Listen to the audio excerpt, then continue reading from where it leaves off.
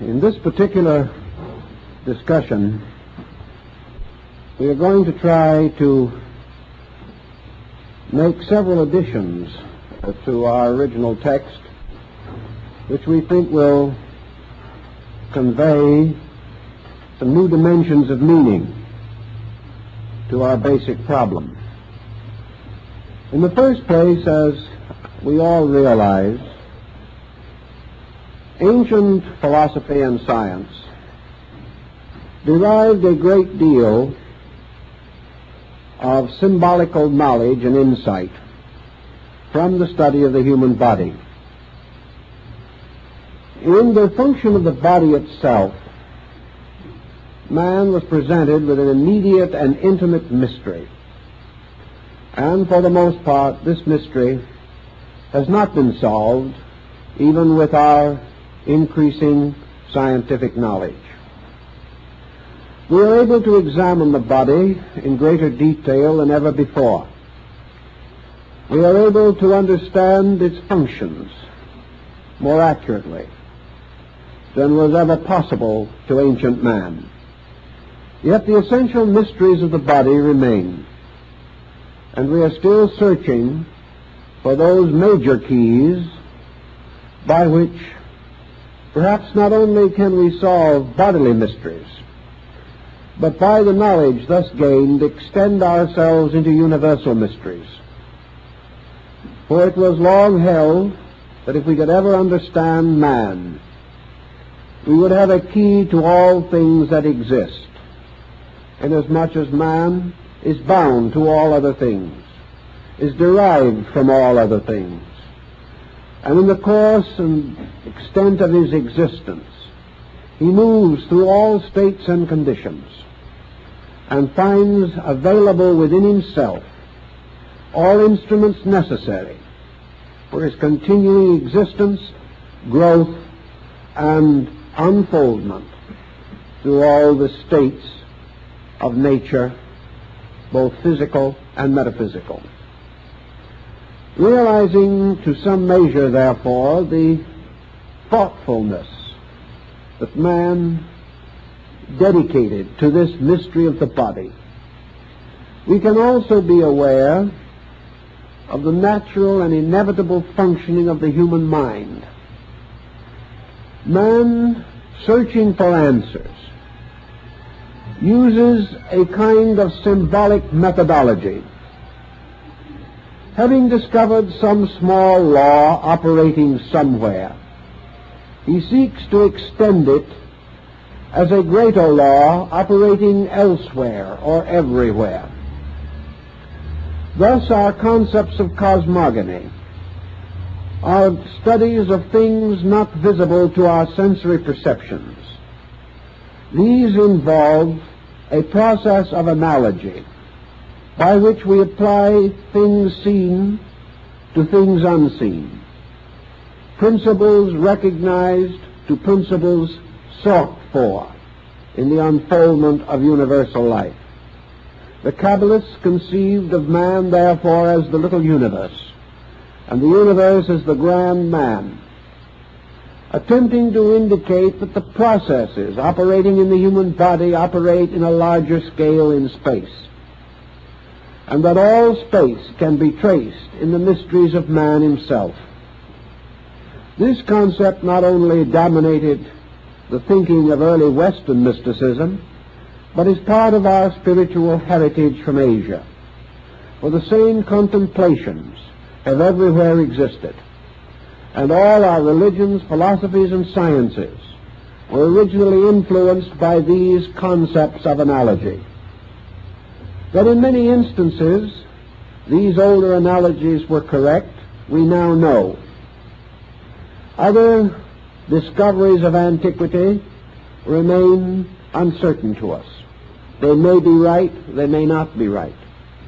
In some few things we believe that we have corrected the errors of the past, that certain mistakes were made, but we are not too sure that our corrections are correct, and we may still have to go further.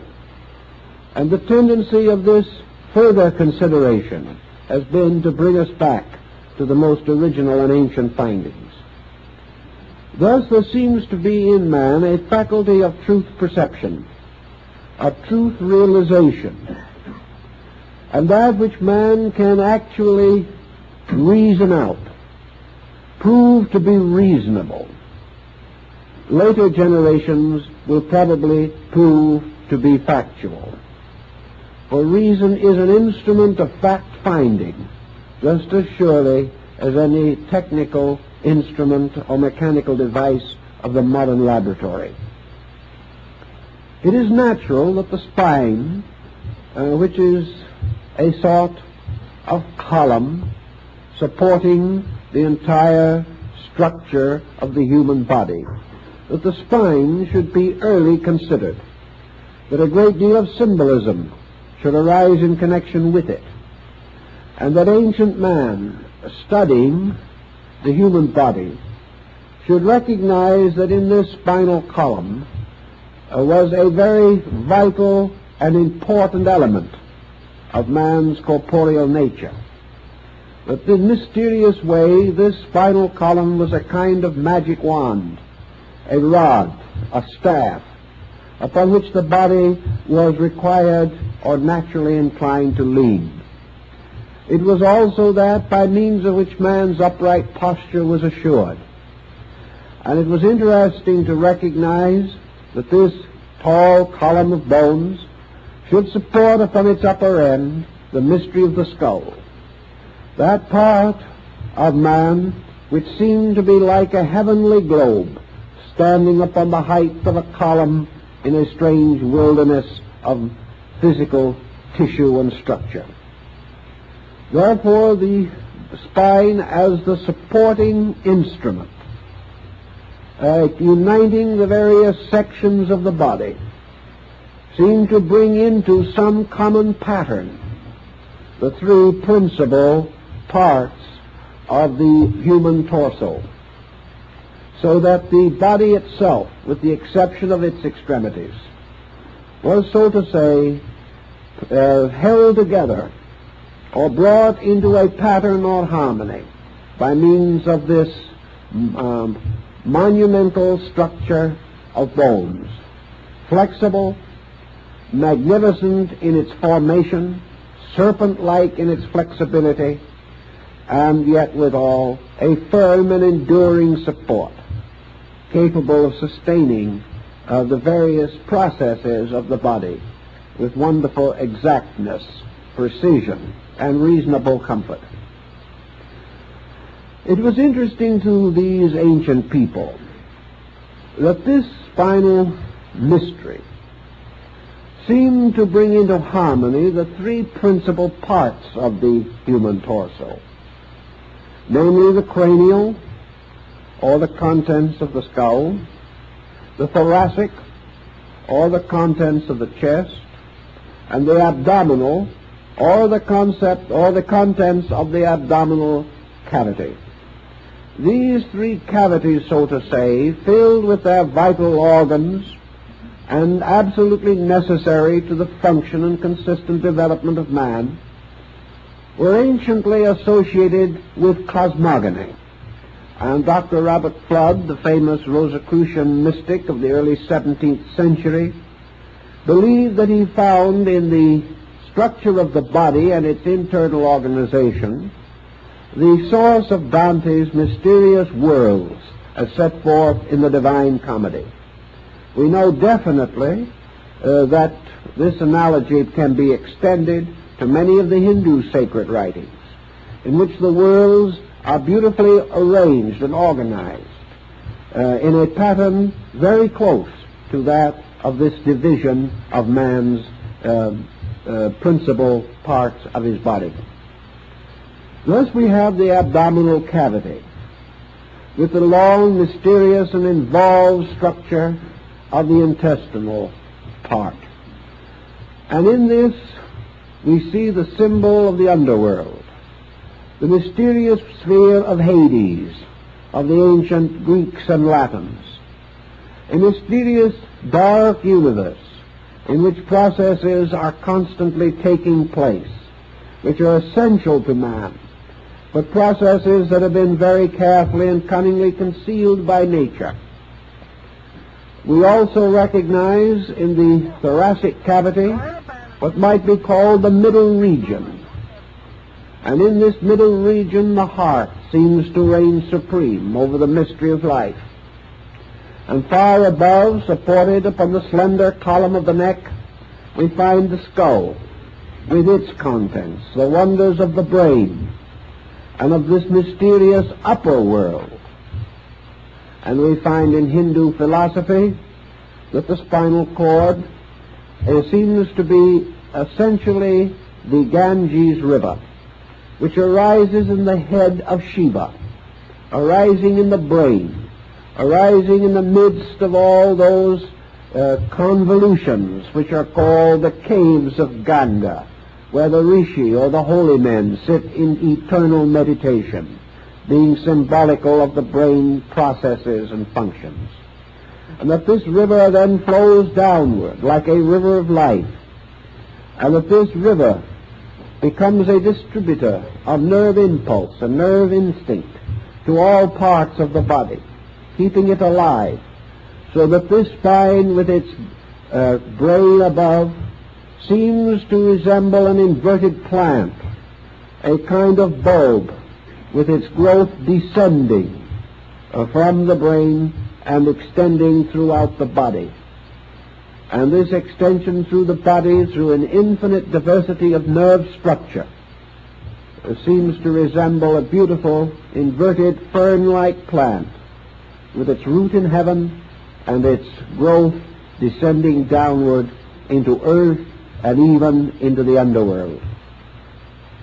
The ancients furthermore recognized in this spinal column with its content a kind of ladder, the kind of ladder upon which Jacob saw the angels ascending and descending.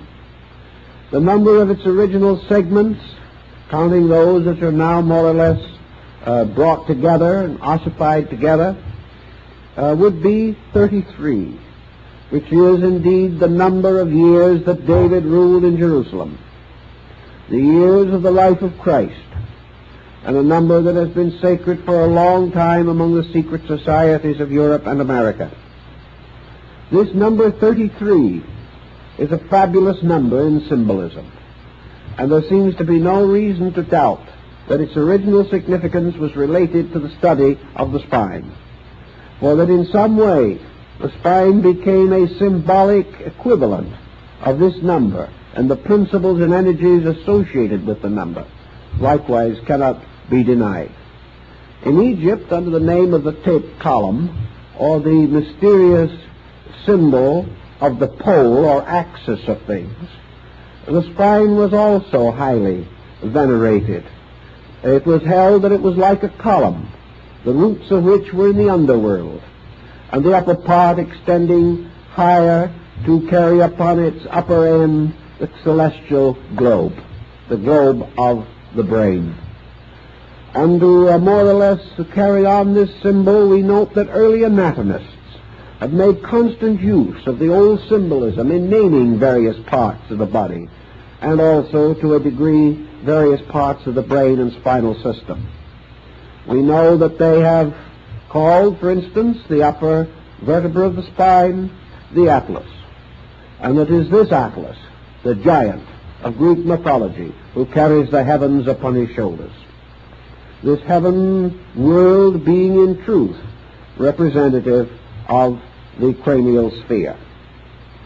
Thus the ancients divided man as they divided nature into heaven, earth, and hell, into three great parts: a superior universe above, represented by the brain; an inferior universe below, represented by the abdominal cavity; and between these two, the world of mortals, or the human world, in the midst of which, upon the mighty mountain of the diaphragm, was the temple of the heart. All of these symbols we find in the Eddas and sagas of Scandinavia, in the Kalevala of Finland, in the Buddhist mysticism of China and Japan. We find it in the Greek and the Egyptian. We find it in the Brahmanic and Hindu mysteries of the world mountain. All of these different elements of symbolism seem to derive very closely from the study of the human body. Now, in the course of this study and in the development of it, the problem of the relationship of the nervous system to the great economy of life took on the greatest meaning to ancient man. The nervous system to the primitive people of the world seemed to be a kind of middle ground between the two great life-giving systems, the arterial and the venous blood systems. The arterial system was therefore regarded as supreme and held to be the first and greatest power of things. For by this system, life itself was distributed into the body. The nervous system became a kind of symbol, therefore, of the intellectual or psychic life of man. And the venous system became symbol of the mortal or physical life of man. Thus, spirit, soul, and body were represented by these systems. And of these systems, the soul or psychic body was given the area of the brain, because, as Buddhism later so well clarified, the entire mental life of man originates in a kind of intellectual complex. And the machinery for this complex, called the machine of the six senses, is localized or centered in the brain. It is therefore in the brain that the individual achieves self-consciousness. It is in the heart that he participates of universal consciousness. And it is through the venous system and its various functions of the body that he attains a certain body consciousness, which is comparatively rudimentary, but is nevertheless present in the equations of life. In the same way, psychologically speaking, man derives an authority from these areas of his own consciousness. From the heart center, he gains the concept or the authority of life. It is by virtue of this heart power that man is aware of the mystery of what he calls life, and he has associated life with this from the beginning. The brain he has associated with thought, or the mental activity, and the venous system of the body he has associated with function, or bodily structure. Man, therefore, consisting of spirit, soul, and body, or spirit, mind, and body, assigns these in a symbolic way to these three great areas of his own physical structure, which are united into one mysterious and wonderful pattern by the sovereignty of the cerebrospinal nervous system. This led in turn to a whole series of philosophical inductions and deductions, some of which are of value to us in our present thinking.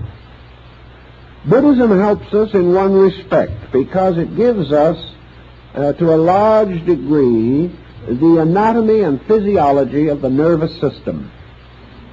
In India, it is assumed or was believed that Buddha was associated with the planet Mercury. And it is this, in turn, which primitive Western man always associated with the nervous system.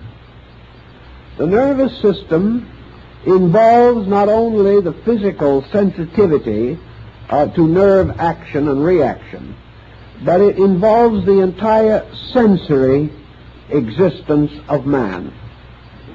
This sensory existence of man brings into focus another interesting belief of the ancients, which we have mentioned in the book, but which I would like to enlarge upon a little more. Namely, that the entire nervous system of the body is an extension of the nervous structure of the brain itself. Therefore, that there is a mental or nervous image of the whole body in the brain. And the brain process is first of all achieved within a brain body, and that this in turn is extended into the physical body itself. In other words, there is an archetypal man in the brain. There is an archetypal mental being in the mind itself. And man's mental life is lived in the mind, not in the body. It is only by an extension, a series of reflexes, a process of induction, that the mental life of the individual is communicated to the body itself. The instruments by means of which this communication may be achieved are the two branches of the nervous system, the cerebral, spinal, and the autonomic.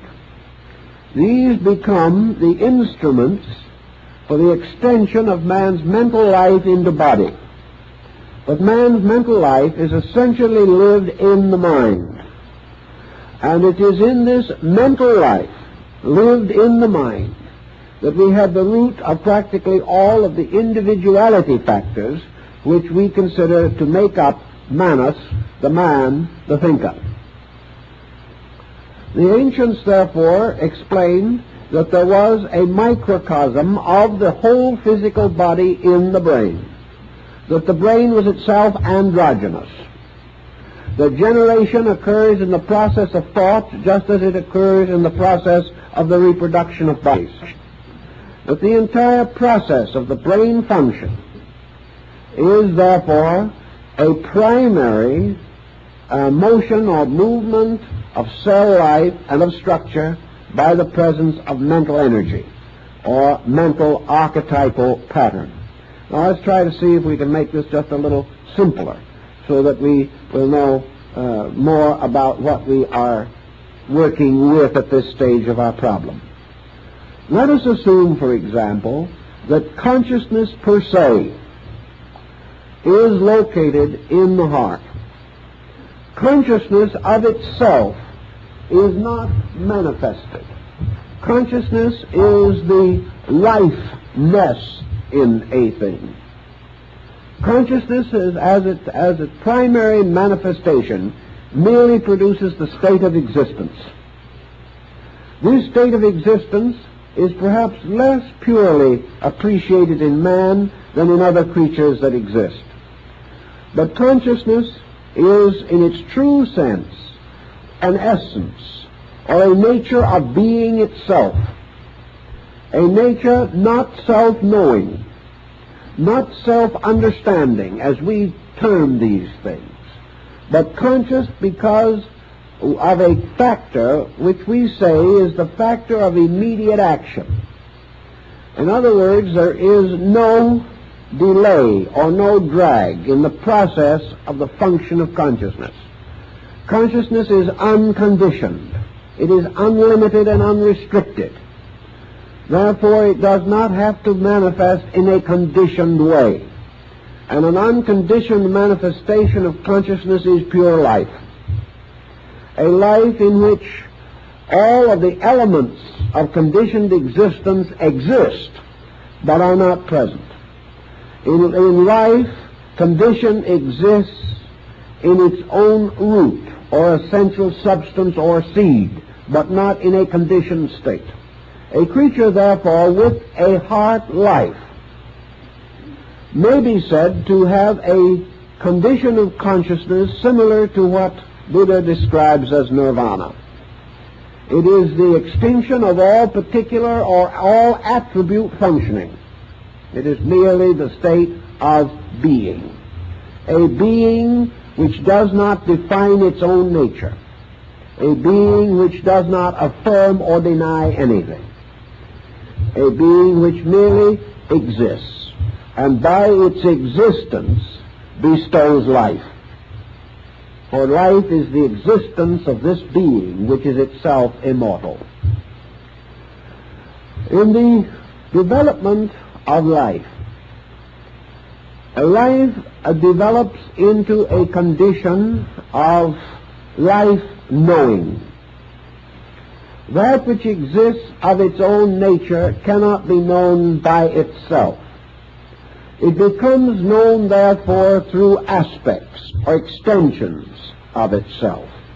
It becomes known, appreciated, or sensed because it causes to emerge from itself certain conditions of life or states of life. And in man, the primary condition by means of which life becomes capable of the knowledge of itself is man's mental focus. So the mind becomes that part of being, or that part of the development of a creature in which that creature becomes aware of its own life. Primarily, therefore, it is life awareness. And this life awareness is called the first reflex of being. It is called the process by means of which being becomes a being. Being becomes self-knowing, and through extension becomes capable of knowing that which is not its immediate or primary self. So consciousness in the sense of egoism, consciousness in the sense of self-consciousness, arises in the mental structure. And this mental structure achieves to the state of self-consciousness by a series of experiences, which are referred to in Eastern philosophy as graspings, or orientations. As a person dizzy reaches out for support to something that is strong and stable, so in its confusion, mind reaches out for supports. It attains these supports by extending itself by means of the nervous system through the sensory perceptions. And it gains certain consolation or conviction material from the testimony of these perceptions. This testimony being brought back into the mind, coordinated by the mental coordinator, and thereby assembled into various types of knowledge. All these types of knowledge having as their end and purpose the discovery or experience of the nature of a selfness or a selfhood. Thus, in philosophy, we discover that it is by means of the mental process that man becomes capable of the consciousness of isolation. He becomes capable of thinking of himself as himself. And as a result of that, he can no longer think of himself as anything else but himself. And out of this conditioning comes the gradual separation of the personal from the universal. And the personal appears upon the surface of the universal. And the personal becomes a condition of the universal. And by means of the personal, the individual again turns his attention upon the universal, gaining this mysterious ambition to understand all mysteries, to solve all problems. Now, the answer to all mysteries lies in the heart. The power to search for this answer is given by the mind, where it is the mind that discovers the mystery of the heart. It is the mind by means of which all particular things must be explored, known, or estimated. Now, out of this situation, there thus arose at a primitive time a process by means of which the mental nature began to assert itself over the arterial system. Life was conveyed to all parts of the body by the arteries. But this life was a sleeping life, a life which contained all energy, all that was necessary to enliven. But this sleeping life did not know itself or any other thing. And over this mysterious area, which had become full of life, the mental nature began to exercise control, domination, or leadership by permeating this life with a series or a mass of minute extensions which gradually became nerves. But these nerves are nothing more or less than the gradual crystallization of the seeking power of the mind. The mind seeking not only to know things, but to gradually coordinate the body. That the mind could control the body meant self-control. And in taking over the control of the body, the mind then affirmed a leadership over this structure. And this leadership ultimately caused the individual to become a mental being rather than a living thing solely. This mental being then assumed the control or leadership of all the processes of the body, causing these processes to unfold, causing the evolutionary concept to take over, because it was mind controlling matter that equaled growth. Growth in this sense merely not the extension of body, not the continual healthy life of the cell, not even the healthy process of cell fission and a multiplication of cells, by means of which the world might sometime become completely laden with tissue alone. But now the gradual imposing of mental purpose, the imposing of mental energy upon physical processes and upon the life itself by which these processes were animated. Thus the mind became the transformer. It transformed body into a purposed instrument of selfness. And gradually this self in the body attained greater and greater dominion of body until it established a complete tyranny over body.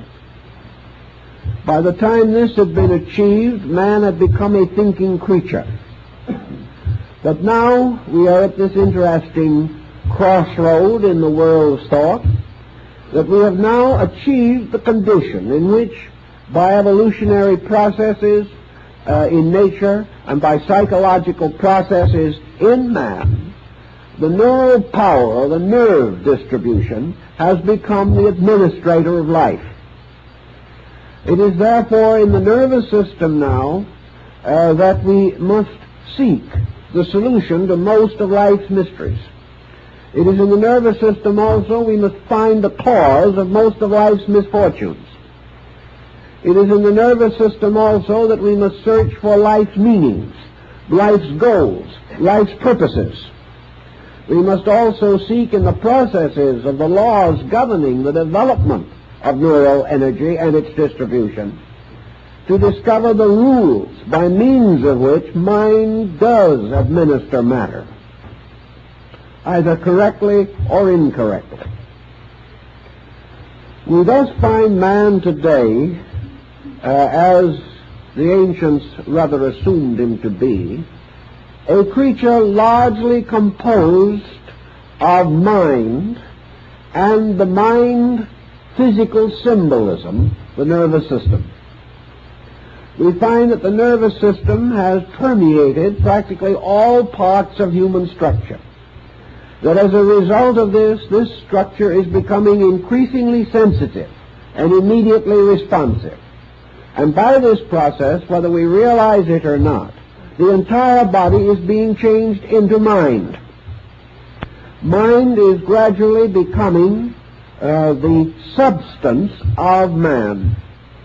And the so-called arterial or physical system of man is becoming more and more an energizer of mind. And the vital substances of the body are being channeled ever more continuously to the use of the mental agent. Now this sounds as though we were progressing in some direction or another. But the rub in this situation seems to be that no one seems to be able to vouch completely and adequately for the integrity of this mind instrument that has taken over. Just exactly what is this mind? What is its real nature? What is its substance? Is the mind essentially good? Modern psychology and modern science would be inclined to doubt that the mind is good. They will not go much further than to simply say, here it is. We got it, we've used it, we've abused it, and here we are, in the midst of the consequence of something. Also, we suddenly discover that practically all human beings are trusting their destinies to an instrument called the mind, without knowing where it came from, what it is trying to do, whether it is selfish or unselfish, right or wrong, whether it is capable of factuality or not, whether we can depend upon its advice or cannot depend upon it, whether it is an arbitrary despot or an instrument of universal destiny, we do not know.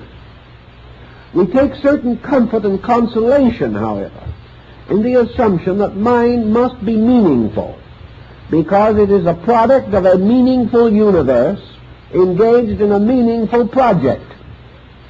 Therefore, mind must have its place in the universal purpose, or it could not appear in the human structure.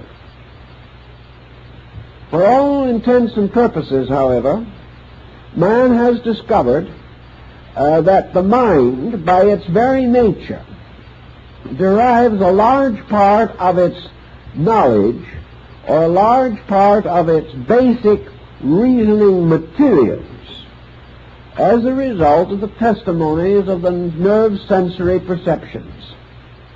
Therefore, that the mind very largely is building its entire structure from environment, and that the great and essential purpose of mind was to extend itself by means of nerves, so that by means of these nerve links it could bind itself to the mystery of the outer world. Without a nervous system, man could not be aware of the world around him. Therefore, the nervous system has given him the tremendous instrument of contact with phenomena, contact with all the innumerable diversities of activities with which we have gradually become familiar. For all classifications, all orders, all systems, which have now been brought together to constitute basic texts for education, all of these structures of findings are the direct result of nerve testimony. By means of nerves, certain impressions, certain reflections have been brought into the nature. Thus, out of this entire structure of nerves, man is building a series of adjustments between the self, which is the nerve focus, and the world in which the complete organism exists. In this particular pattern of things, the heart has been reduced to one simple problem, namely that it supplies the fuel. The human heart becomes simply the energy by means of which this entire procedure is carried on. If the heart stops, the entire nervous system fails with it. If anything happens to the essential life principle in man, all of the vast superstructure of nervous reflex is destroyed. Therefore, the nervous system and the egoism in man is dependent upon the heart. This dependency, however, has not been generally recognized. And the individual, except for a few who have made certain careful studies, the individual in general affirms that the mind, being his link with his world, is his most valued possession, and that also its testimonies, right or wrong, good or bad, are inevitable, and that we should only pause long enough to be thankful for the fact that we have a mind, and should not be much concerned with what we do about it. Now, this prevailing thankfulness is also generally absent, and as a result, we are rather thoughtless people, so far as major problems are concerned. About the 2nd century of the Christian era in Asia, there arose a sect in Buddhism which was centered around what was called the Lotus Gospel. The Lotus Gospel, possibly the result of the work of the great Buddhist Arhat Nagarjuna, certainly one of the greatest saints and reformers of primitive Buddhism, centered around what was called the heart doctrine. The fact that the truth of things must be attained by restoring the sovereignty of life to the heart. Now, the Bible gives us much the same thing. As a man thinketh in his heart, so is he. That the real person, the real nature of things, resides in the heart. That the heart is therefore the silent one. That power which is generally ignored, but which alone contains the fountain of things. Nagarjuna took the attitude that by means of the heart we are bound to the world of cause. By means of the nerves and the mind we are bound to the world of effects. And at the moment, in some way, the truth in us is concealed by the conflict between these two systems, and by the fact that largely the control of the body has come to be vested in the intellectual or neural system.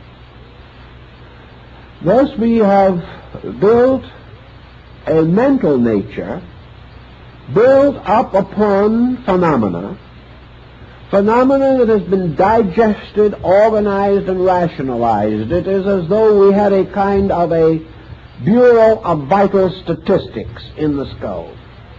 And into this bureau we have gathered all known and knowable facts.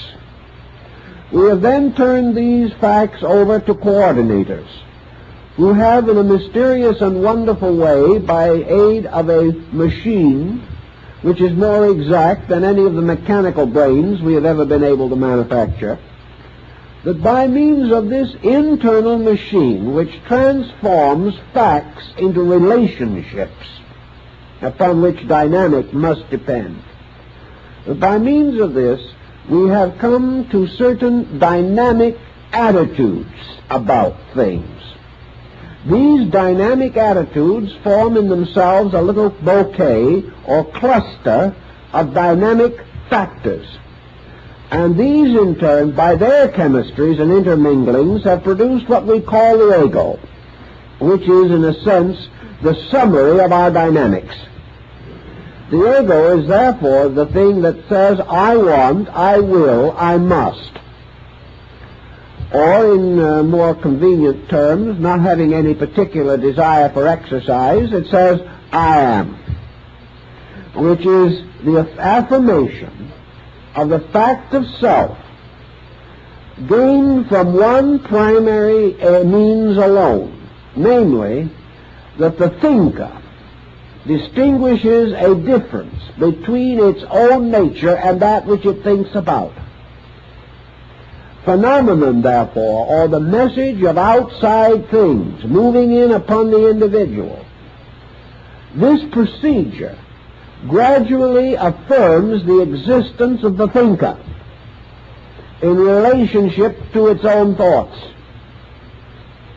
And by the fact that we see, we taste, we touch, we feel, the gradual inevitable conclusion is that we exist. And this positive concept of existence within the mind gradually becomes justified by the fact that we can extend our own consciousness into other things. Therefore, we must have a separate consciousness which can be so extended. And subconsciously, we have invested this with the dimensions and proportions of a psychic self or an entity. Now, in this procedure also, the nervous system has come into positive operation. And the nervous system, extending itself throughout the body, has formed its own kind of body. It is not merely that the nervous system is little threads making other physical organs function. The nervous system, in order to cause function, to exist in matter or in structure, must function from its own archetype. Therefore, the organization of the physical body as we see it now depends very largely upon the impression upon this body of the neural archetype, a seal, design, or pattern. The reason why cell generation does not go on to an infinite mass of tissue is because mind and neural energy, functioning as the agent of mind, imposes boundaries, imposes limitations, distinguishes processes, and gradually begins the process of transforming or molding the body into a physical equivalent of its own neural nature. And here's where we get into perhaps one of the most interesting but complicated doctrines of antiquity, and that is this doctrine of the Kundalini Shakti and the spinal chakras. Let us then try to understand this a little better, because actually there isn't too much available on this particular problem. We would assume that the various schools of Asiatic philosophy, particularly the Yoga and the Tantra, which were closely associated with this doctrine, would be in common accord about it. But they are not. There are many branches and schools and systems and subdivisions of thought relating to the entire Kundalini mystery, even in Asia. And we cannot, therefore, simply affirm that the East was in common accord about this.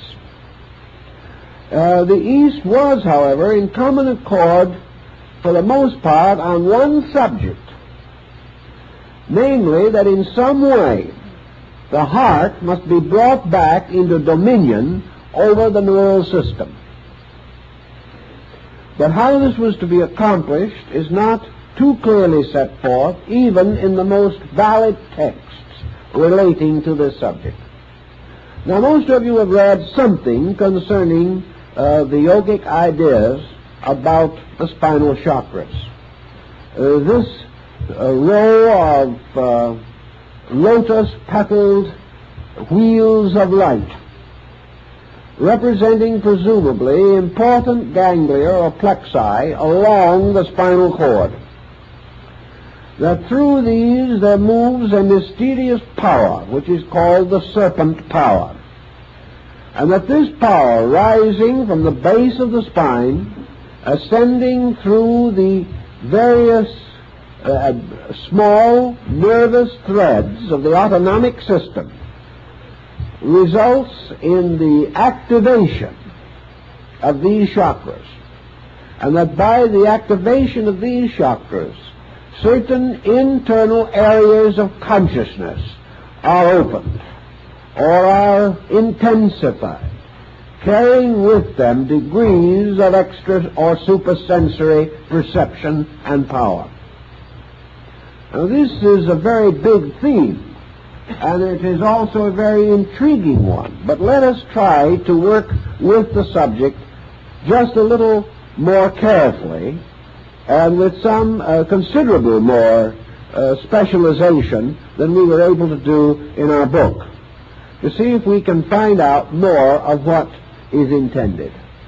In almost all works, in fact all works, dealing with the chakras, these are represented in one way or another by symbolic figures. These figures are for the most part lotus form, distinguished by the number of petals. And each of these lotus forms carries within it certain other images and symbols. And on each of the lotus petals are various letters of the ancient Sanskrit. Letters representing ideas, tones, energies, values of one kind or another, with which these chakras are specifically identified. There is no reasonable doubt in the world that the 7 chakras generally listed, although this number is arbitrary, there are some schools that maintain 5 and some 6, but that the number 7 should be associated with them probably has to do with ancient astronomy or a parallel thereto, inasmuch as the entire concept parallels very closely the monochord of Pythagoras, the single-stringed musical instrument, with the upper end of the string attached to the empyrean, or the sphere of the fixed stars, and the lower end of the string attached to the earth. Frets or stops were placed along the string to correspond to the orbits of the planets. And the so-called 3 inferior planets of the ancients, the Moon, Mercury, and Venus, were considered to be the lower part of this instrument. In the center, or the exact middle of the string, was placed the fret of the sun, by means of which the octave was achieved. Above the fret marking the sun's position were those of the 3 superior planets, Mars, Jupiter, and Saturn. Thus this vertical thread placed, as Pythagoras placed it, between heaven and earth, and divided by 7 frets into intervals, became very similar in its general concept with that of the chakra system. For the heart chakra of the Kala chakra system corresponds to the sun, being the 4th from above and the 4th from below, both in the Pythagorean astronomy and in the Tantric yoga. Thus the heart chakra corresponds to the sun in the solar system, and above it are 3 superior planets, so-called, and below it the 3 inferior ones. In both systems also the distribution of the planets in relationship to meaning and in the significance of the chakras. This distribution is sufficiently parallel and close so that there are no glaring inconsistencies between the astrological theory and the yogic theory. The next point, perhaps, that we will want to mention or think about is the relationship between these chakras and the seals of the Book of Revelation. The 7 seals of Revelation certainly bear a striking symbolic content, for in each case, as the seal is opened, a vision or apocalyptical experience is unfolded. It is also quite possible that we have in this the key to the ancient concept of the octave, as Pythagoras developed it in music. For we remember that he was initiated in India at Elephanta and Ellora, and was therefore acquainted with the concept of the Brahmins and other Hindu sects of his time, which for these regarded the spinal cord as the string upon the veena of Shiva, or the musical instrument of the world, and that therefore the mysterious harmony of the spheres of life and of death was played out upon this mysterious musical instrument, and the veena is still shaped very much like the skull and the spinal cord together. Also we have the 7 churches in Asia, described in the epistles of Paul, and we have a series of septenaries, the 7 days of creation, the 7 primary elements of the alchemical transmutation, the 7 metals and the 7 priceless gems. We have many different septenaries of deities, and we also realize that in the Yoga Chakra system, the deities are imposed upon these chakras to create a vast complex of interrelated symbols. Let us bear one thing in mind, however, and that is that no one has ever seen any of these chakras physically. No one has ever been able to demonstrate conclusively that the symbolic forms in which they are presented to us have actually an equivalent in any extrasensory level of our substance or nature. This does not mean that the chakras do not necessarily have a superphysical existence, but that they do not resemble the diagrammatic form with which we associate them. In other words, it is not possible for us to see these lotus flowers as lotus flowers. It is not possible for us to count their petals and find a letter of the Sanskrit alphabet on each one of them. Nor is it possible for us to look inside of one of them and find the six-pointed star, nor is look inside of another and find an elephant with a white howdah on its back. These things we do not find when we look. We cannot find these forms. We do know, however, that these forms were created for a purpose, and that this purpose was undoubtedly and inevitably that each one of these so-called chakra forms is a mandala. That is, it is a meditation wheel. The purpose of the shape of the chakra is therefore to cause it to become a symbol of meditation. And it is meditation upon the symbol and the meaning of that symbol and the gradual internal experience of that symbol which is believed and held to be responsible for the opening of that particular chakra.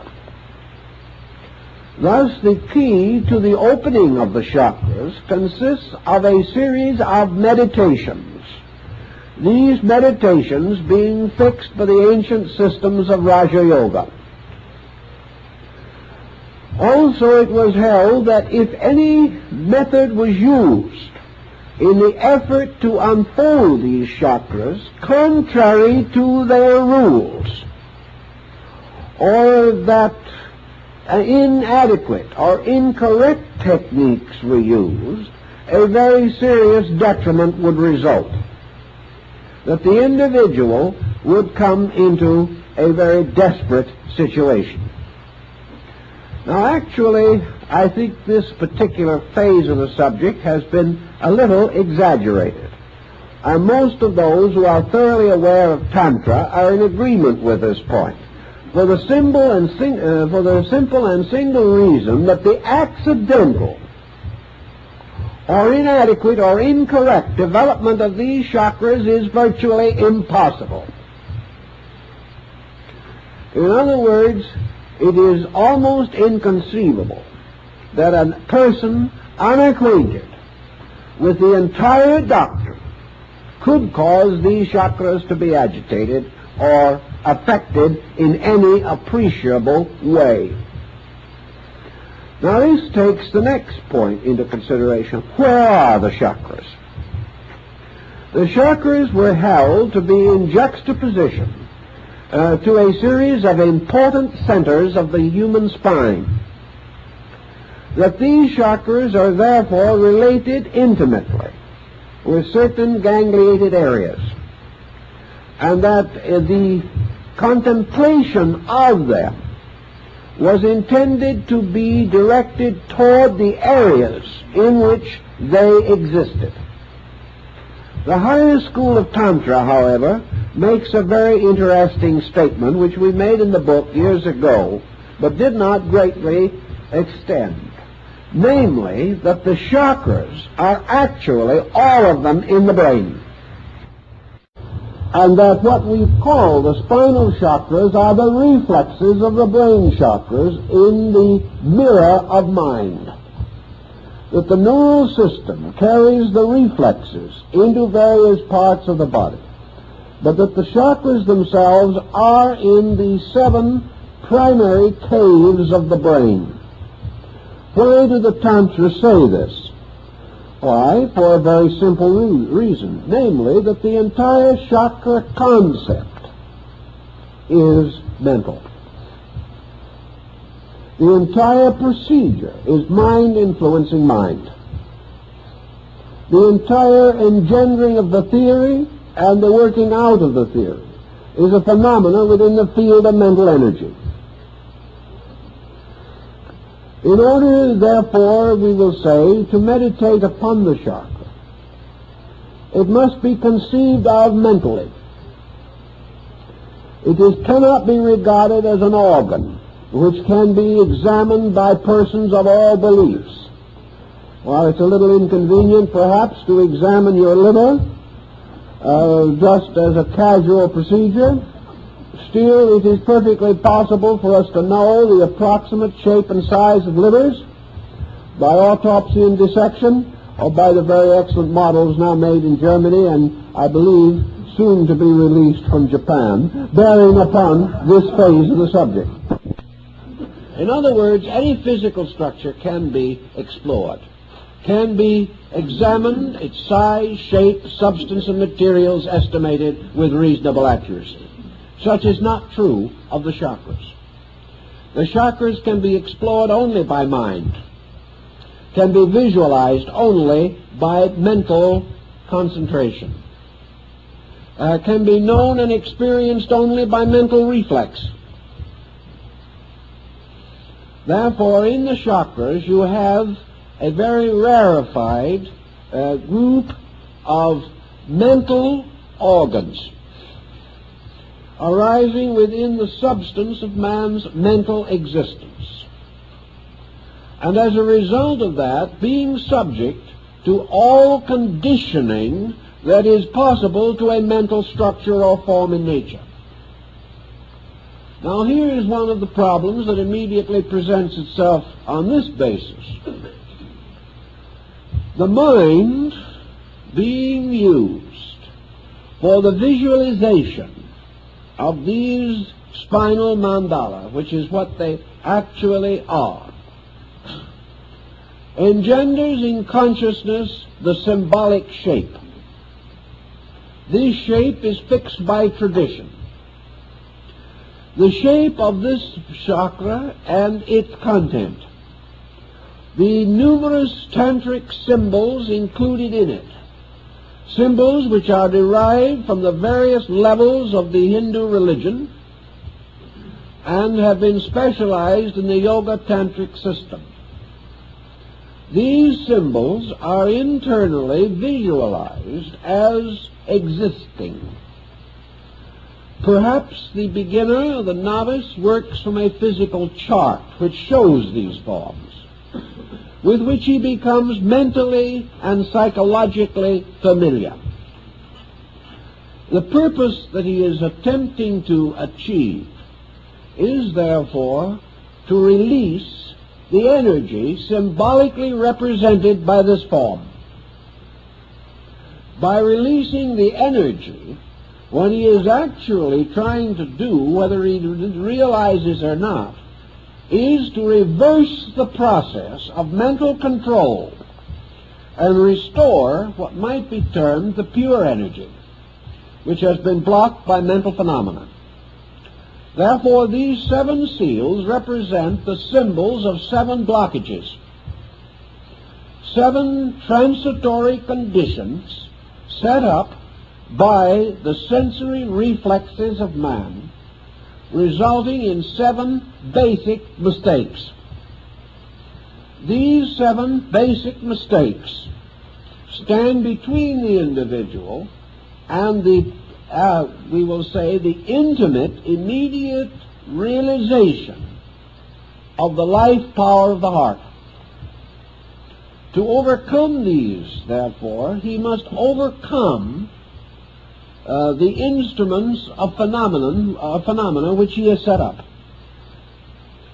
He is therefore actually attempting to lead the life energy out of the subterranean region in which it has become involved, carry it back again to its own true and proper nature by dissolving one by one the fixations of mind by which this energy is held imprisoned or is held in a highly specialized process.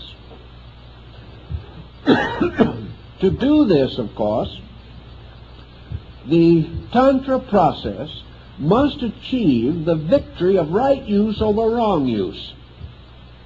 That is its primary function. Therefore, the processes of the 7 so-called steps must be redeemed from false use. True use must be established. True use must come through realization. And here, within the structure of mind, we find a contrary system established by means of which mind gradually overcomes itself. It is all part of the same process, inasmuch as your yogic system must end in samadhi. It must end in the Buddhist nirvana. It must end in the total release of true consciousness from the ego fixation. This is represented in the Eastern system by the final victory of Atman, the universal, the one which alone is real, and man's ability to achieve union, which is the true meaning of the word yoga, union with the infinite, union with that which is unconditioned. Therefore, it is not right to assume that the chakras can be anything more nor less than the 7 steps for attaining victory over illusion. Now, as 7 steps for attaining victory, man attains the victory by attaining victory over the symbolism of the chakra itself. He gains his victory by mastering these wheels. Now, the word chakra actually means a whirling wheel. Now, the whirling wheel, which is sometimes shown balanced or poised upon the finger point of the god Vishnu, this wheel is a reminder of the Tantra that these centers are in constant motion. All of these chakras should be represented as spinning violently, and the direction in which they spin is of the greatest importance, because in each case victory consists in the reversal of the direction. This is very significant as we proceed. But why do these chakras always appear or seem to be spinning? The answer is that in the condition of man, all of the so-called aspects of mental energy are in constant motion. There is no stability in the mental energy. It is continually in movement. It is continually in conflict. It is continually contradicting itself. And these chakras represent conditions which are constantly in alternation within their own structure, like the wheel of fortune that goes round, and where it stops nobody knows. It is the same as the ancient wheel of fortune represented in Egypt and in Greece and in medieval mythology, which later appeared also upon the tarot cards or the tarot deck. The wheel in which 4 figures are fastened to the rim, and as one figure falls, another rises. And when that figure in turn falls, the one that was low rises again. It is this endless turning of the wheel, the turning of the Buddhist prayer wheel, the turning constantly of the alternation of the nidanas, or the conditions of existence, constantly spinning. All conditions, therefore, spin upon the axis of illusion, and there can be no permanence, reality, or fixedness in them. The purpose of the concept seems to lie in the fact that in the 7 states of mental existence represented by the chakras, there can be no fixedness. There can be nothing that is truly so, nothing that is inevitably not so, nothing that is finally good, nothing that is ultimately bad. These are only sequences of conditions. And the conditions themselves are what are called dependencies. Each condition is dependent upon the previous for its own existence, and that which is subsequent is dependent upon that which precedes it. Thus the wheel goes continuously, and in all of the chakra areas, the motion of the wheel was the ancient symbol of instability. That everything is movable in the universe except the axis, the mysterious, invisible center upon which the wheel turns, alone is immovable. And in the Kala Chakra system, the axis of the wheel is actually the heart.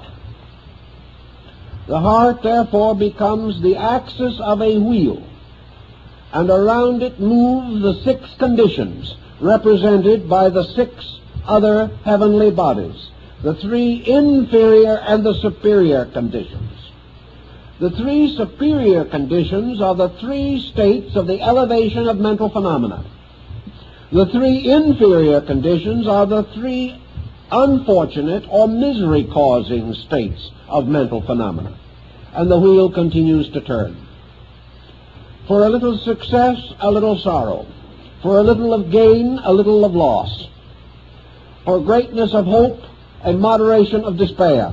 All things moving continuously upon instability.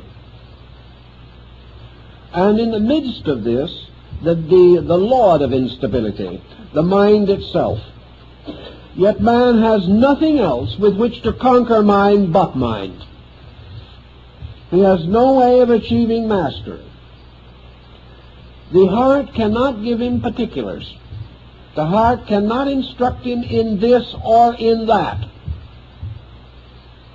The heart, therefore, cannot wage war with mind, because it has none of the objective instruments by means of which mind has created not only its wonderful neural structure, but the ancient symbol of this, the spider in its web. For the nervous system is the great web with which the spider has spun its existence. In this system, or symbolism, therefore, we have these chakra points, which represent, therefore, the central patterns, the archetypes of 7 conditions, by means of which the unconditioned, or that which is true, is obscured. The mind has 7 patterns upon which it operates. These, we might say, are like the notes of a musical scale. The mind ascends through 7 steps or stages, moving from the infinitely personal to the infinitely impersonal. And the victory of mind over mind is in a mysterious way the only victory which man can achieve, inasmuch as the mind is his militant instrument. The mind is the mysterious power by means of which the error of the mind itself can be discovered. Thus, as the mind has been shown to produce logic, to destroy that which is illogical, mind has produced reason to overcome that which is unreasonable, always remembering that the mind also generated the illogical, which it later had to correct, and also was the source of the unreasonable, over which it ultimately had to gain a victory. And always remembering that the reasonable of today will probably be the unreasonable of tomorrow, and that no degree of mental attainment which man can achieve can be other than the victory of a new mind over an old one, or the victory of today's thinking over yesterday's thinking. The mind can therefore battle only itself. It can have a victory only over itself. It can make a fool of nothing but itself. And actually, It is the only power that we have by means of which man can lead himself out of the maze of mind. And the old mystics, being well aware of this fact, then created a rather stable pattern to lure the mind away from its own negations, to conquer step by step the primary fallacies of the mind, to achieve ultimately the overcoming of the ultimate fallacy of the mind, which is the fallacy of selfness. This in itself must lead then to that which is beyond self, and that is the Atman, or the reconstruction of man's relationship to the concept of self, so that self is no longer the personal being, but the universal being, and that allegiance is transferred from the will of the individual to the silent will of space itself. As we know that the end of yoga is union through liberation, we can only safely assume that the steps of yoga are steps toward liberation by the mind overcoming its own previous fixations.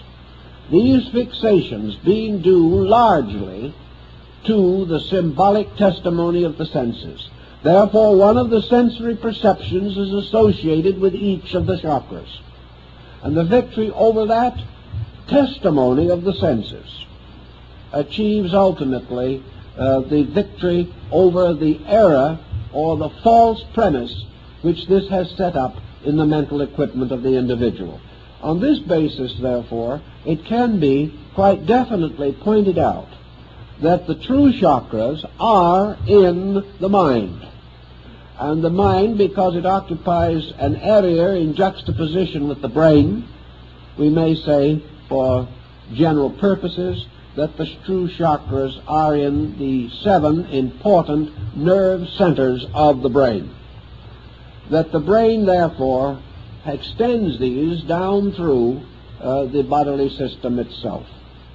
Now, one of the points that is very interesting about mental phenomena, which I think we all have begun to realize, is that this phenomena is substantial in its own realm of energy. We can see this mysterious fur-like nervous emanation which comes around the body of man, so that also inwardly, when seen from the level of neural vitality, the whole body is a glowing network of nerves. These nerves have their own light and light color in themselves, and they have very much the color which we most commonly associate with nervous energy, and that is a yellow or luminous golden color. Seen, therefore, from the level of nervous energy itself, by extrasensory perception, the entire body is a glowing mass of this yellow light. Now, the sensory perceptions arose from the structure of organs. The arterial structure of organs became in turn the archetype for the neural structure of sensory perceptions. Therefore, the vital organs of the body are also associated with our nervous organs, which are the chakra centers, which correspond to the physical organs of the body. Thus, as the nervous complex develops, as the individual becomes more and more involved in the development of his highly structured nervous system, we perceive a structural development within the nervous nature itself. And we find emerging in the nerve field of the human body, when seen as luminosity, that there are these so-called 7 fountains of constantly pulsing nerve energy, and that these 7 fountains represent the principal divisions into which nerve energy can be divided. These again result in a psychological situation, because the nerve energy being septenary, the upper three parts of the septenary, constituting the higher nerve energy, we generally term today as mental energy. The lower three parts we then also consider to be nervous emotional energy. And the middle point corresponding to the sun, the fourth from each end in this septenary, the sun itself, represents the pure energy of the nervous system. Thus, the nervous system is polarized, and the problem that psychology works with in its effort to understand the situation is that there is a mental nervous energy and an emotional nervous energy.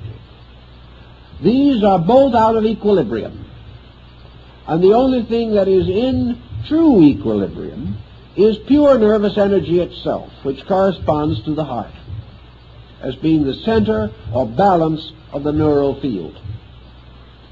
Nervous energy, as we function with it in the body, has to have a kind of link with matter, a link which corresponds very closely in relation to the arterial venous system with the lymphatic system. And we have to have the equivalent of the nerve lymphatic. This nerve lymphatic has to function in two ways.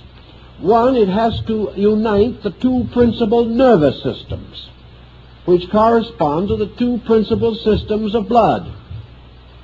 It has to link the cerebrospinal and the autonomic processes, which are merely two directions of nerve energy. Also, both parts of the nervous field, the total nervous field, must be linked with the physical body by a series of binders. For the nerve energy cannot affect matter or a material physical structure unless there is a link by means of which these two are related together. Now, the link that is known to antiquity, the classical link between these two, is a kind of magnetic field which partakes somewhat of the nature of nerve energy and somewhat of the nature of matter. We have to have a structure which corresponds with the mysterious aether or akasha of the ancients.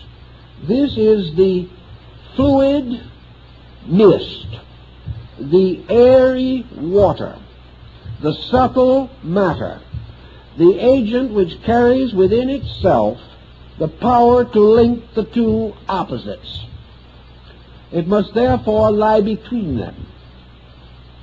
And in this we have what the old alchemists and the medieval Rosicrucians referred to as the etheric binder. This etheric binder was sufficiently subtle to take into itself nerve energy, and sufficiently gross to be able to communicate this nerve energy to matter. It formed the bridge, a kind of antascarana between these two fields of existence. So wherever nerve functions in body, nerve force moving through nerve structure into body, there has to be these links. The nerve energy itself is one thing, the nerve tube through which it passes is another.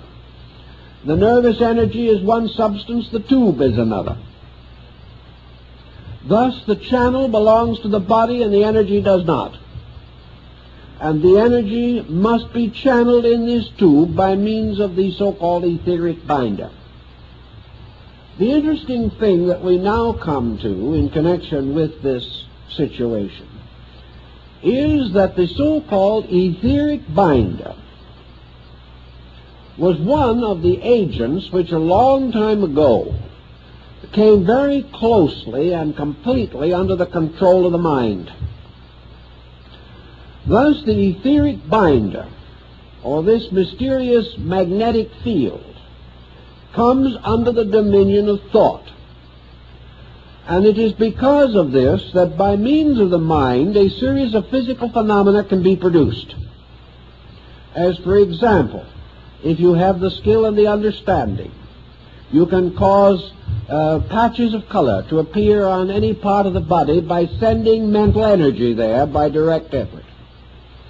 You can also stop circulation in various parts of the body or stimulate it in the same way. And if you are gifted as a magnetic healer, you may be able to send sufficient of your own magnetic energy into another body to break up congestion or to stimulate function. These processes are carried by mental intensity. And always this energy moves according to volition, according to the activating, guiding power of the agent, which in this case is man. In this same field also, we find the area of imagination. For we know that anything which the mind conjures up, nervous etheric energy can formulate into patterns or designs, so that we may create visual images. We may create symbols within our own psychic neural structure. We may also, therefore, develop the power to create various forms, and later develop the faculties to see what we have created. Every intensity of human emotion creates mathematical, geometrical, vibratory forms. Some have called these thought forms. But whatever we may want to say, every emotion and every thought has a number, a color, a form, and a sound. And we cannot escape this, no matter how hard we try. So that our thoughts become mental things. And of the mental things with which our thoughts become involved, there are perhaps none more difficult for us to live with than the products of our own negative thinking. Because in this process of negative thinking, we are working in a wonder world of mental energy. These emotion thought forms which we generate, we obviously generate within the mental nature. Therefore, these forms, whether they be mental or emotional thought forms, actually are generated within the mind itself. But because of our very natural processes of mind, we project them, just as the mind projects the chakras.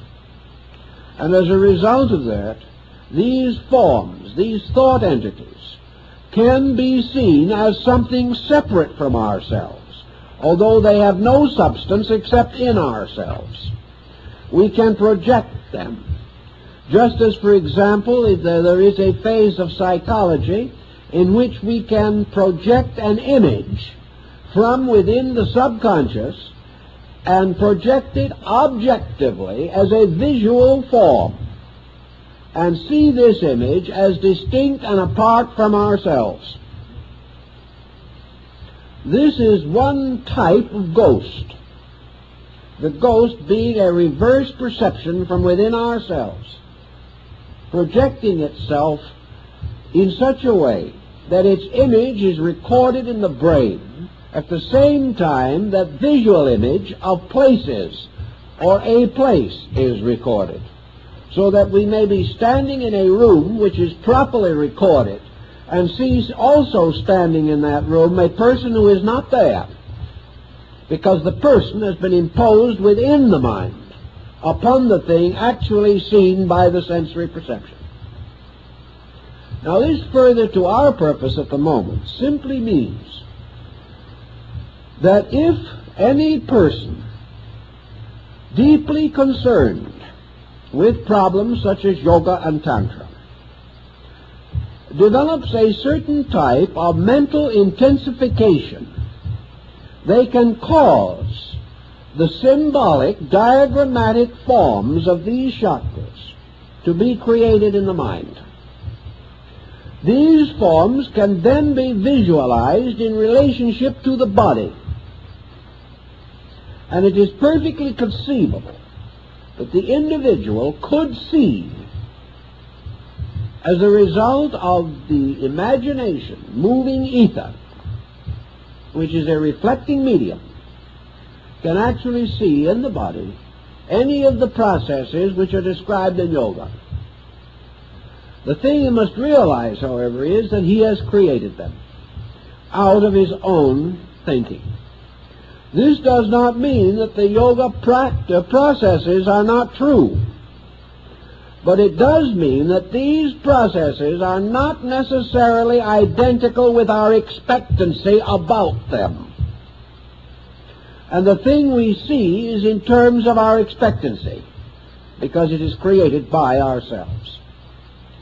Now, the practical side of this, and there is always a practical side to these problems, is that an individual can come, and many have come to me, who are in a rather terrible state of mind.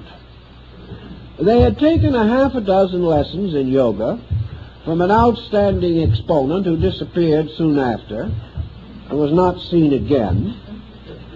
And as a result of this procedure, these individuals were beginning to have strange symptoms. And the only thing that they could finally decide was that their interior yogic chakric system had been badly mistreated by one cause or another, and that therefore they were in a horrible state, and about the only thing they could hope for was better luck in the next incarnation. These people described all of the unhappy symptoms which they theoretically assumed would accompany yoga. They insisted that at some time when they were least expecting it and really weren't even looking at that moment, this tremendous power of the Kundalini surged upward like a geysering oil well, burst into their brain, went out of the top of their head, and took their common sense with it. Now, this situation actually happens. People under such conditions are quite naturally frightened to death. And from this situation has arisen the belief that by wrong practices or by incorrect guidance, a great spiritual injury has been performed. Under this kind of terror, and under the prevailing mental tyranny which would associate with it, lives have been completely wrecked, and individuals have finally landed in hopeless mental breakdown and been confined in institutions. Actually, the chakras were not touched, moved, or involved, because nobody could actually create the condition which was described as a result of 6 lessons or 66 lessons.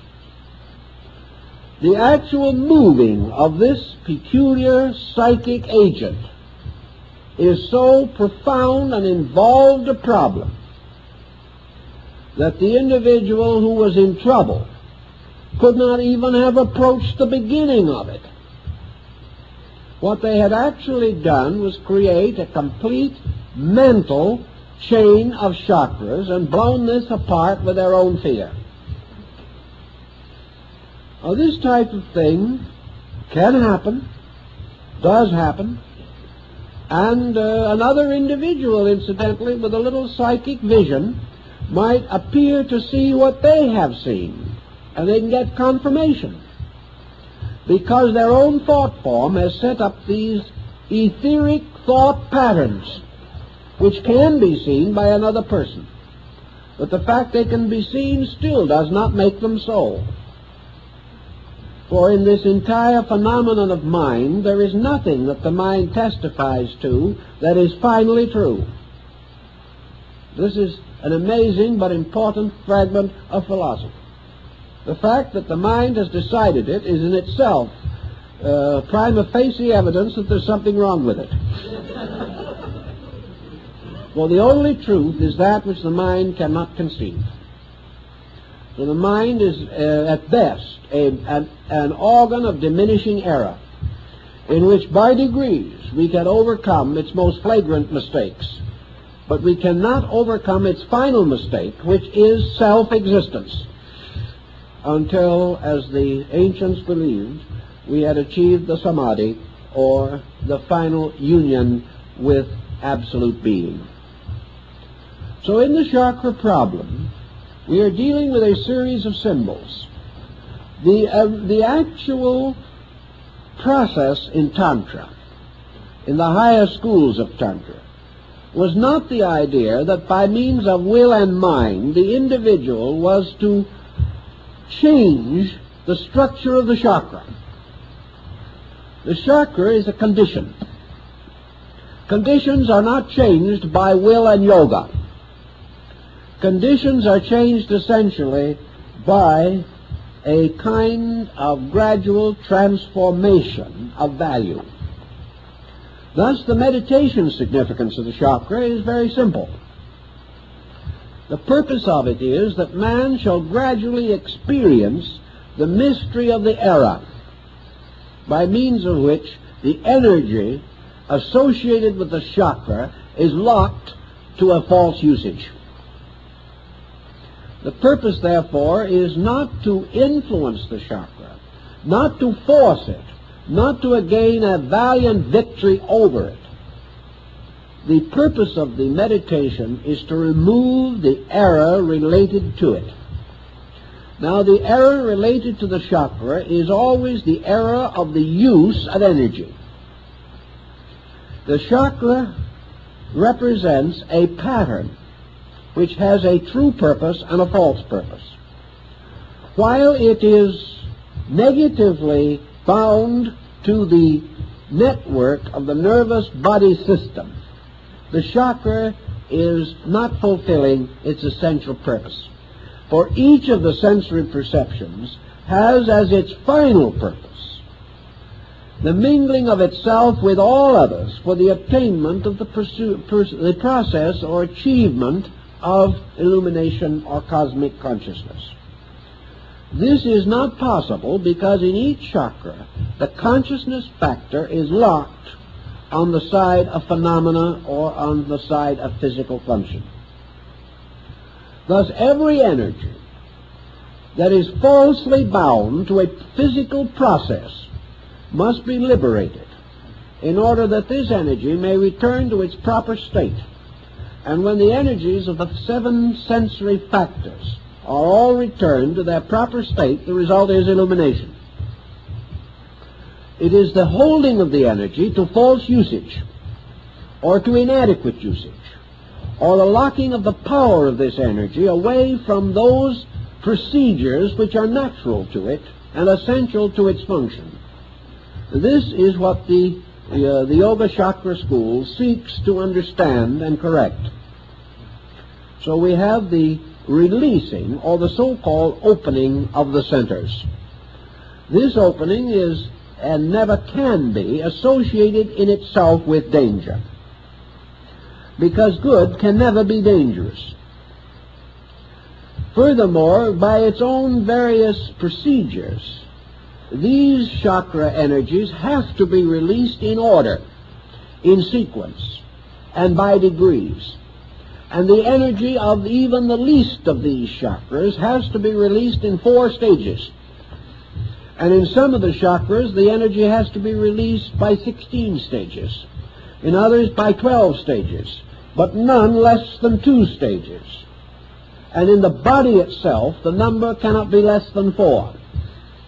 The only one that can be less than 4 is the Ajna chakra in the forehead, which is of 2 petals only, and represents the one exception to this rule.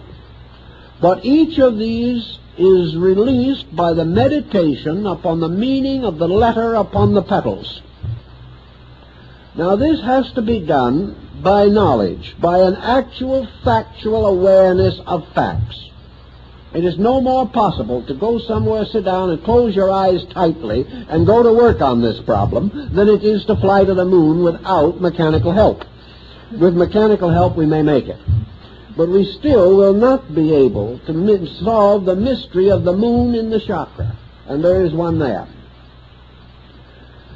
The answer to the situation, of course, lies in the relaxation of the uses of these energies as the individual gains equilibrium, freedom from excess. It is said that the petals open.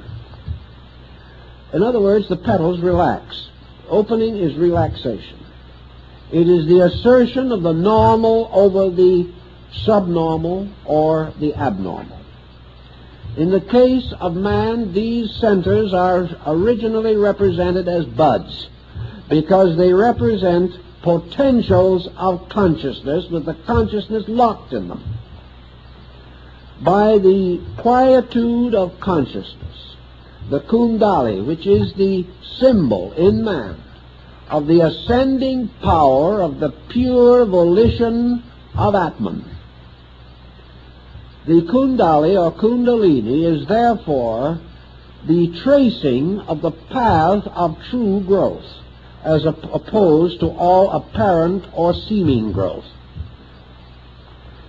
It is the gradual rising of the pure essence of consciousness through conditions to its final unconditioned release.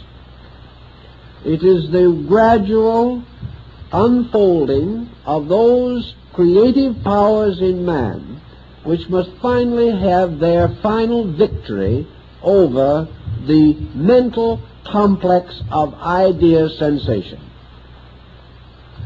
So the achievement consists in the same way as the various steps in all the disciplines of religion. There is almost certainly an analogy also between the idea that man had that there were originally 7 important religions, and that these religions are in turn associated with the chakras. These religions probably stem from or are responsible for the concept of the 7 churches. There is no question that each of these religious systems is keyed primarily to a different key note, although the object of all is the object is always identical. The purpose of the religion is always a state of holiness. But each in its own way has a basic psychological concept as to how this is to be attained. There are religions of love, religions of service, religions of wisdom, religions of courage. There are religions which teach positive doctrines and others which seem to teach negative doctrines. And the ancients simply held that the great religions of the world were themselves, more or less, this symbol of the chakra chain, or as it's referred to by Sri Krishna in, I believe, the Uttara Gita, there is this idea of the one thread passing through the 7 beads. Now, the 7 beads can be the 7 chakras. The 7 beads can be the 7 religions. They can be the 7 races. They can be the 7 continents, the 7 forms of life, the species, the genera of all things. But wherever this septenary occurs, it finally tells us that the creative power itself, represented in Tantra by Shiva, that the creative power itself in meditation creates the 7 worlds from its own mental chakra centers, and that the creation is the setting in motion of the 7 wheels or chakras within the structure of universal mind. In this, the atmosphere gets rather thin, but at the same time, the symbolism is meaningful and I think has basic significance for us. That this septenary which we find in nature therefore always flows back into the sign and symbol of the great mendicant, and that is Shiva seated on the top of the mountains of Himavat, wearing the garment of ashes as the symbol of mendicancy, holding the tridenta, and with the river Ganga or Ganges pouring out of his head. But in this meditation symbol, the deity enters into, in descending order, the consciousness of the seven ganglia of the nervous mental consciousness, and from each of these levels causes a creation to flow out. Man is one of these creations.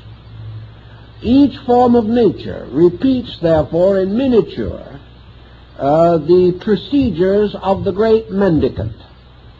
The same mendicant draws the universe back into itself again in the end of the great period of manifestation by reversing the visualizing process and causing the consciousness to ascend again through the seven conditions to the unconditioned.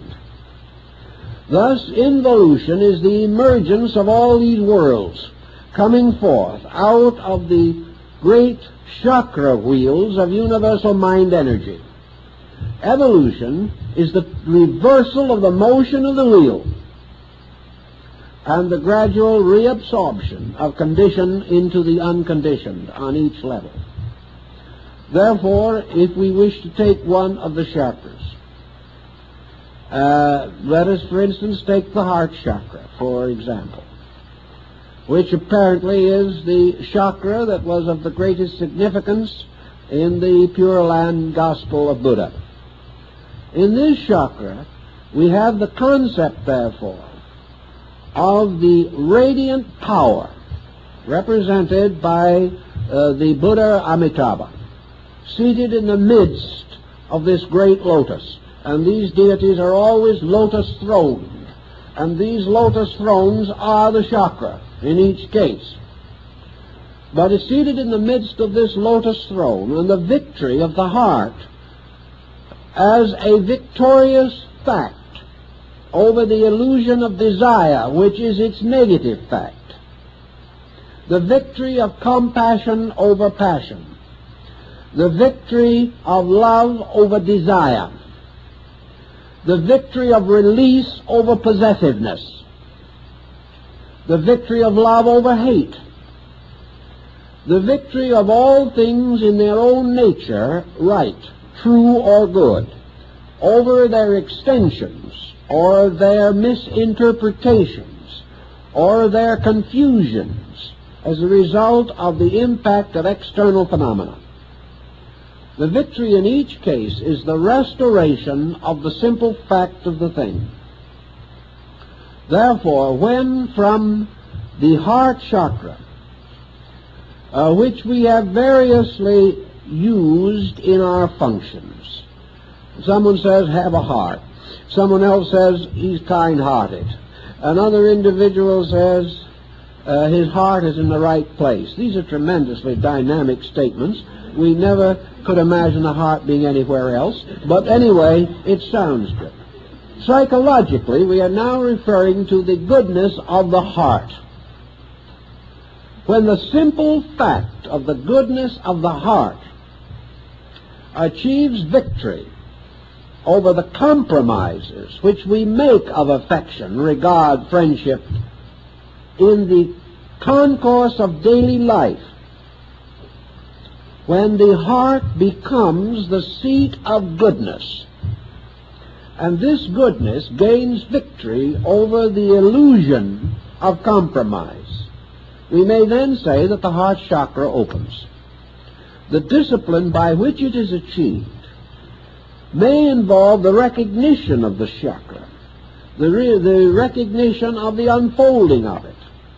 But the discipline is meaningless unless it is accompanied by a series of transformations of conduct, by which in fact and in action man's understanding is transformed from selfishness to selflessness, from egoism to non-egoism, from personal to universal. And when the transformations have occurred in the conduct and character of the individual, the ancients decided or revealed that this energy, which has been locked in misuse, now begins to flow out in its natural purpose. And the nature of this energy is therefore represented by the 12 petals of this flower. And with these petals opening, the victory of this consciousness over the 12 nidanas, which are the conditions of existence, which can all be solved by true love. The victory, therefore, of the chakra simply means that its energy is now devoted to solution rather than to confusion, and that by an experience of consciousness we have achieved the opening of this flower upon the mysterious rod, which we call the spine.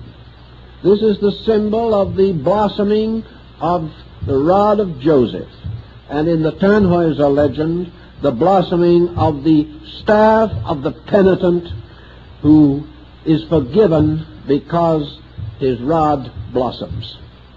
And the blossoming upon the staff is, of course, the symbol of repentance, but most of all it is the symbol of God's witness that this repentance is accepted, which simply means that the divine power is then moving through these blossoms in its own appointed way, and that pure consciousness is beginning to move out through the neural system, and that as a result of that, the nervous energy thus becomes a redeemed energy, and that which was the betrayer becomes the redeemer. And in the end, as the Persians say, Ormuz, the spirit of light, and Ahriman, the principle of darkness, are reconciled. And it is in the nervous field that good and evil, right and wrong, truth and error must make their great struggle and finally be reconciled, because good and evil are brothers. They are both derived from the same energy. They are both supported by the same energy. But enlightenment releases this energy from evil and dedicates it to good. The wheels reverse their motion, and the Dharma chakra, or the wheel of the law that is forever turning, turns towards redemption rather than toward embodiment and toward the Dharma of unfulfilled personal desire.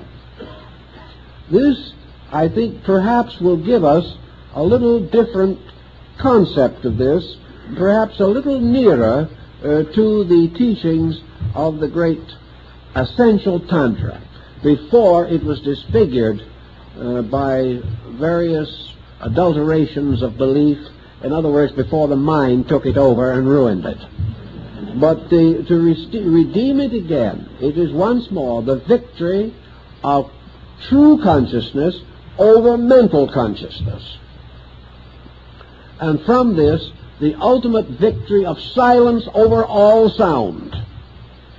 Because it is in the great heart chakra, I think, that Dr. Suzuki got consolation for his idea of a man or the Zen monk slapping his hands together and saying, "You hear the sound?" And then the disciple says, "Yes." Now the master said, "Make a sound by slapping one hand together." And the disciple had a little trouble with that. But in the 12 petal chakra, according to the tantric scripture, comes from this chakra, the heart chakra, the sound that is not caused by any two objects striking. This is one of the keys of the chakra. So in this we have this concept of pilgrimage, of shrines, of the pilgrim going along the path and stopping to pay tribute at the various shrines of his faith. And in each of these shrines making the offering of his life afresh to the principle represented by the enshrined power, or the enshrined deity. And by this mysterious journey, the individual therefore releases the true energy which he has from bondage to the mind and restores it again to the service of pure consciousness itself. Well, that's quite a little to think about. Maybe that'll do for tonight.